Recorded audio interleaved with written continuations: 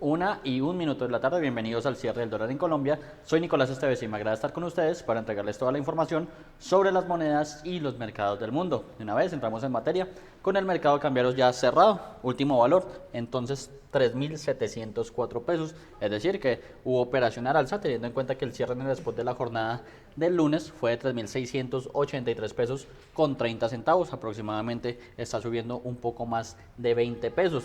En promedio, la divisa se negoció en 3.703 pesos con 16 centavos, por lo que la representativa del mercado estaría al alza y en este caso nuevamente superando el nivel de 3.700 pesos y subiendo desde un nivel de 3.697 pesos con 36 centavos. Hay que decir que a lo largo de la sesión la divisa se movió entre un mínimo de 3.690 pesos, que lo alcanzó al principio de la sesión, esa zona roja que vemos prácticamente en las primeras 2 horas, hora y media de operaciones, y un máximo de 3.715 pesos con 50 centavos, unos picos que también alcanzó sobre el final de la sesión, específicamente 12 y 26 minutos aproximadamente, 12 y 35 minutos alcanzó ese máximo que vemos para la jornada de este martes. En cuanto a los volúmenes de negociación, tenemos que se transaron finalmente 1.305 millones de dólares en un total de 1.957 operaciones. Ahí el comportamiento de este dólar que sube tanto en el spot como en TRM ya para la jornada del miércoles. Para analizar el comportamiento del dólar, esto nos explica Mauricio Acevedo, que es estratega de divisas y derivados de Corfi Colombiano. Los futuros de los índices bursátiles estadounidenses se mantienen ligeramente por encima de la línea plana, tras la creciente incertidumbre generada sobre los aranceles del presidente Donald Trump y los temores de las interrupciones del software impulsados por la inteligencia artificial que provocaron pérdidas profundas en Wall Street. También pesó la incertidumbre sobre un conflicto inminente entre Estados Unidos e Irán. Ahora la empresa FedEx presentó anoche una demanda contra el gobierno de Estados Unidos solicitando un reembolso completo por las tarifas de emergencia pagadas durante el último año. La demanda llega apenas días después de que el Tribunal Supremo de Estados Unidos declarara ilegales los gravámenes y ahora está previsto que se levante a partir de medianoche de hoy martes. FedEx es la primera empresa en solicitar reembolsos tras la decisión del Tribunal Supremo y se une a toda una serie de empresas que desafían legalmente los aranceles de Trump. Pero la decisión del Tribunal Supremo no dejó claro qué se hará con los ingresos recaudados de los aranceles ilegales de Trump, que se estiman en más de 160.000.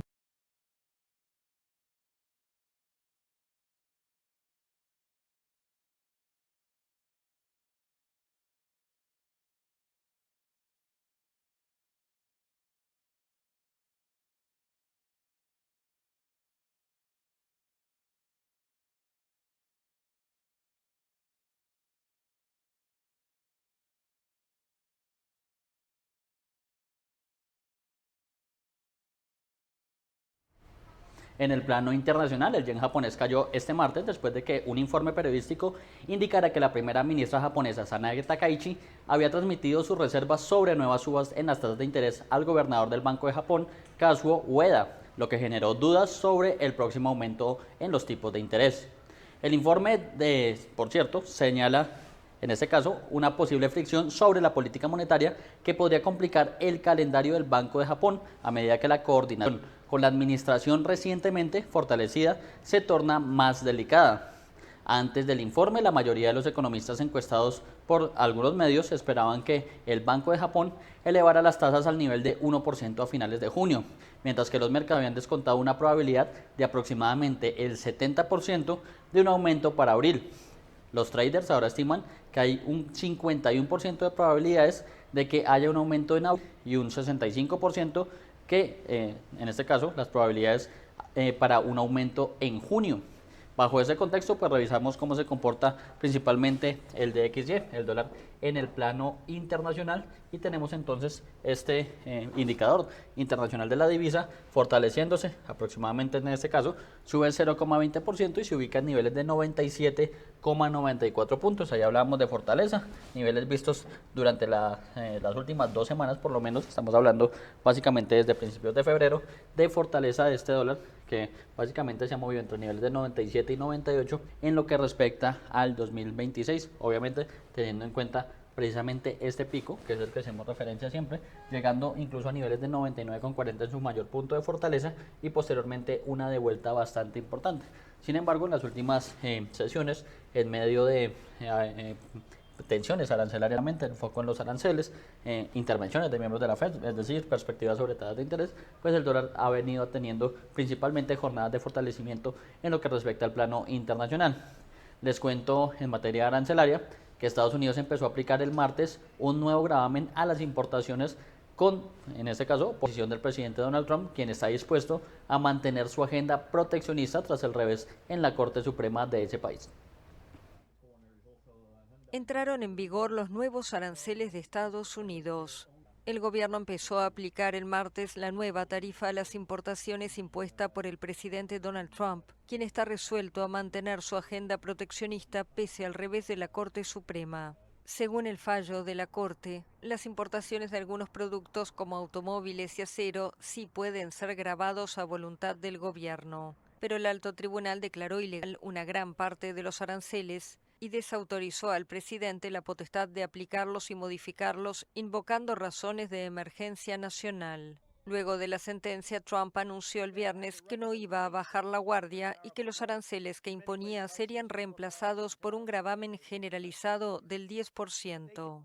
Y durante el fin de semana los aumentó al 15%. Según la Casa Blanca, estos derechos aduaneros tienen como objetivo combatir los grandes y graves déficits de la balanza de pagos.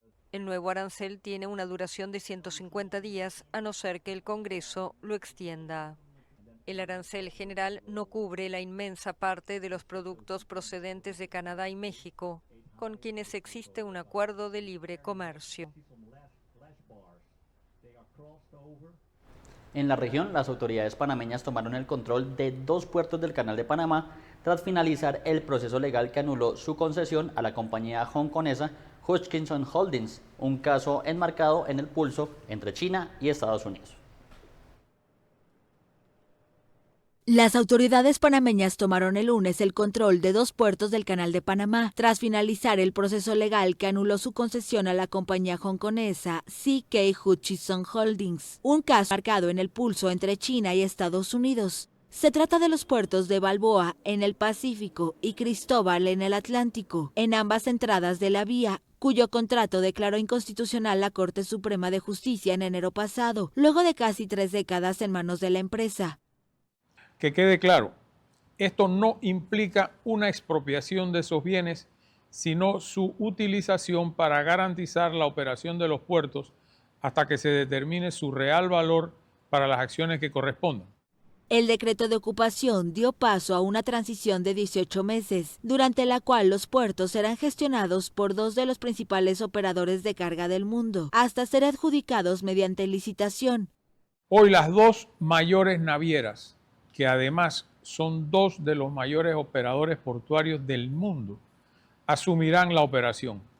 Para el puerto de Balboa será la empresa APM Terminals, subsidiaria del grupo Maersk, y para el puerto de Cristóbal la empresa TIL Panamá, subsidiaria de Mediterranean Shipping Company MSC.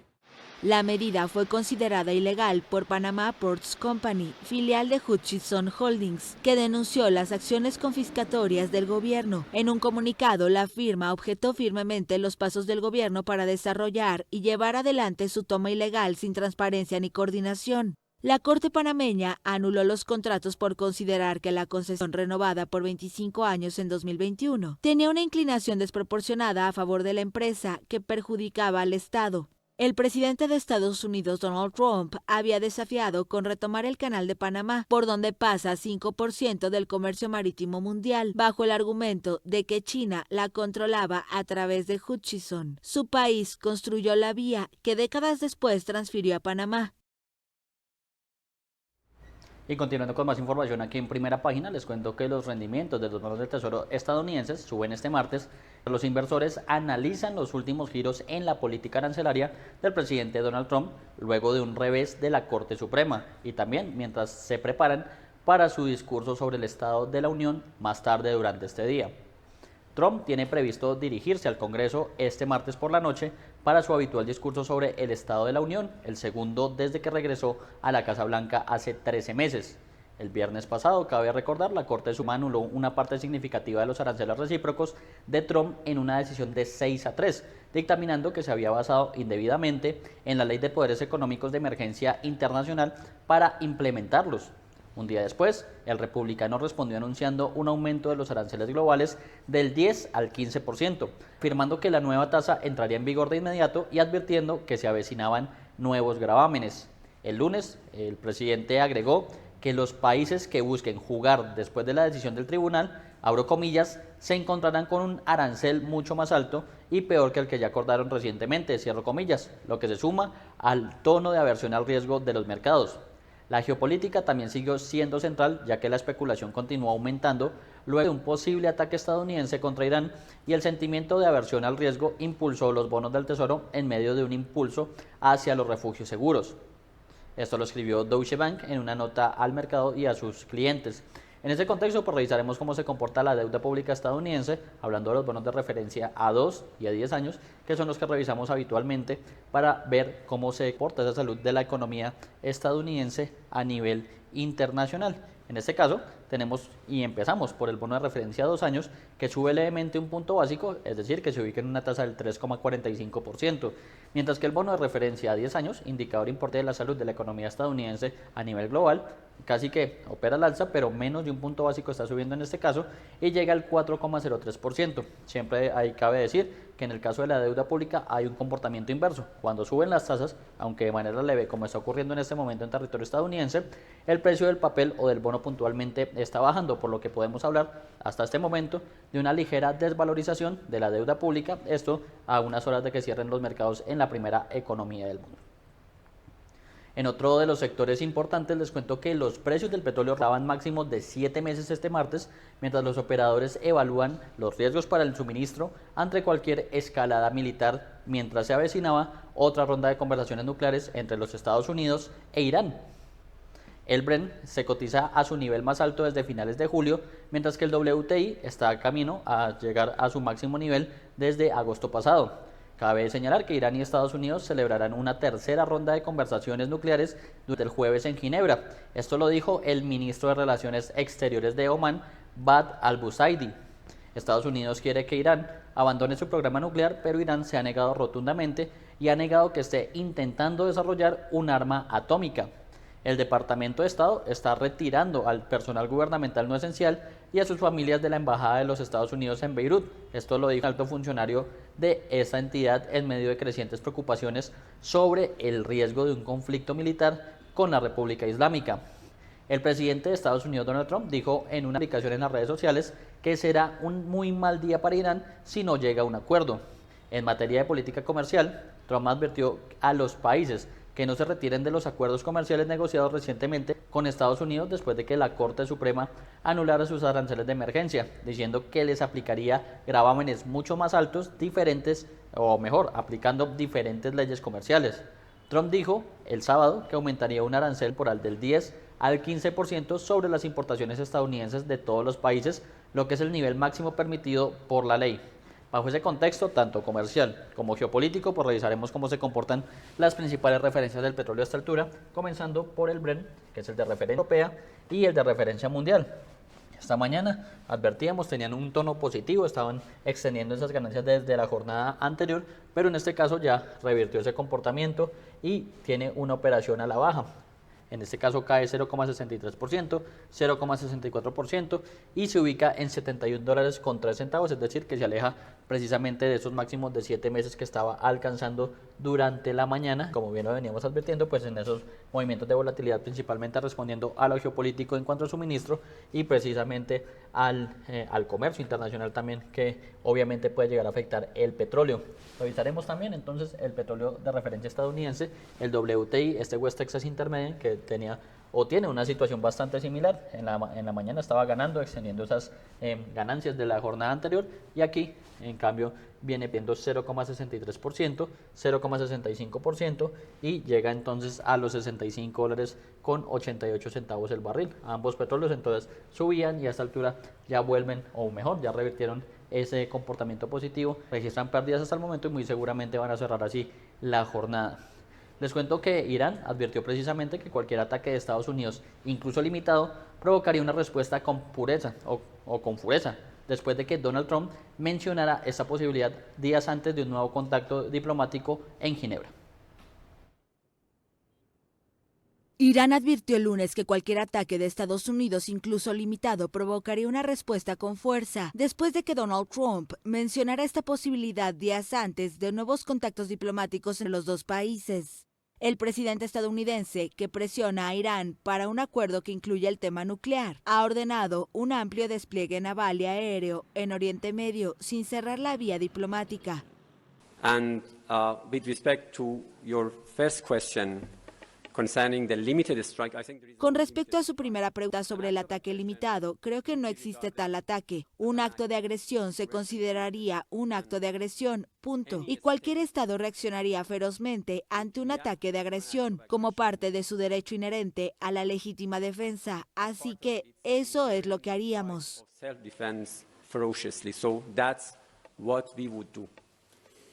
El lunes Trump desmintió artículos de prensa según los cuales el jefe del Estado Mayor estadounidense, el general Dan Kane, le habría advertido en contra de una intervención militar de gran envergadura a Irán. En su red Truth Social, el presidente afirmó que Kane prefería no ver una guerra, pero si se tomara la decisión de intervenir militarmente contra Irán, opina que sería algo fácil de ganar. En este clima de tensión, el primer ministro israelí Benjamin Netanyahu afirmó el lunes que Israel se mantiene vigilante y preparado para cualquier escenario. El jueves Trump dio un plazo de 10 a 15 días para decidir sobre un eventual recurso a la fuerza contra Irán. Estados Unidos e Irán celebrarán el jueves en Ginebra nuevas conversaciones indirectas bajo mediación de Omán tras 2 sesiones desde principios de febrero. Ello en medio de nuevas manifestaciones contra el poder en varias ciudades de Irán. Y con esta información llegamos al final de este espacio. Espera a continuación más programación aquí en Primera Página Televisión, el canal de los negocios.